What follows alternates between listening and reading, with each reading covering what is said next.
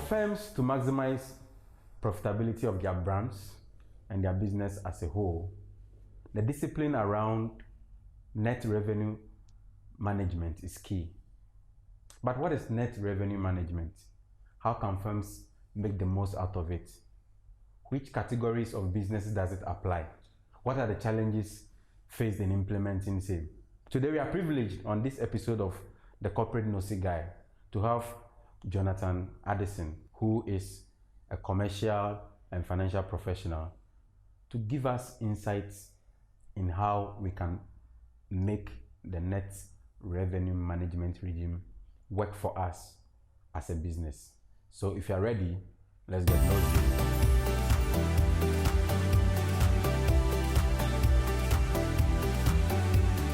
My name is Jonathan Addison. I'm self-motivated, I'm optimistic, and I'll consider myself a problem solver. My career with Guinness Ghana started about 10 years ago as a management trainee. Over the period, I've had the rare opportunity to develop my career from finance to net revenue management, customer marketing, and then sales operations. Currently, I'm the head of sales operations, managing an awesome team who are dedicated and have a sole focus of ensuring delivery of our sales effectiveness and efficiency. Happily married, 2 awesome boys, age 5 and 4, Ethan and Jesse. I spent quite a chunk of my early lives in Tema, Community 5, around Tema Secondary School, so we've climbed a couple of walls over the period. And then the better part of my adult life around Nungwa. I'm a Bihekan, and I had a real opportunity to have my university education in Central University. Over the period, I have a master's from Coventry as well, an MBA in finance.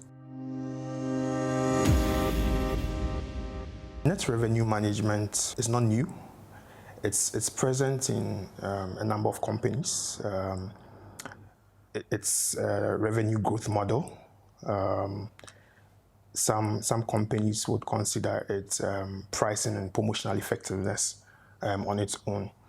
But traditionally, what net revenue management is really is how a business goes through a method of having effective profitability over time, right?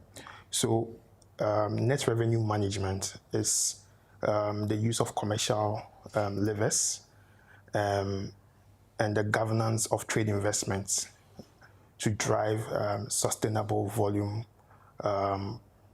price, mix, and margin growth over time.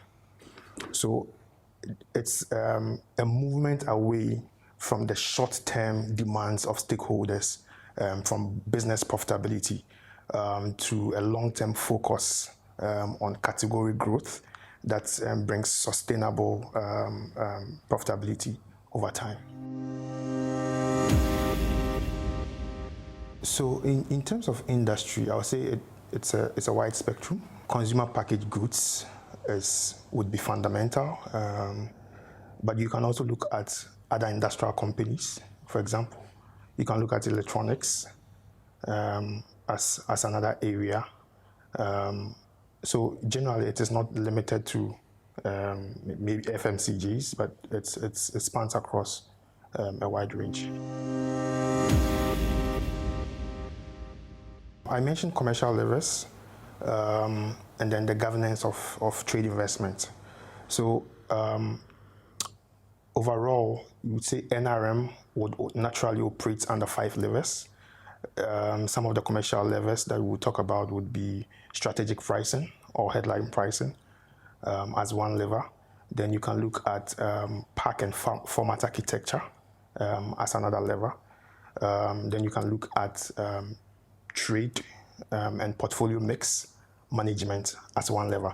So these three, you may consider the commercial levers that I was speaking about. The other two would be promotional effectiveness and then trade terms. So those you would consider the governance of trade investments within the levers of NRM.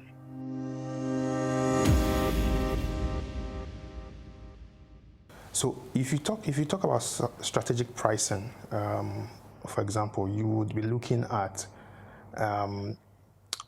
not a short-term growth of the business by increasing price because you naturally have inflations in place. So you would say every year let's increase price by inflation 10%, right?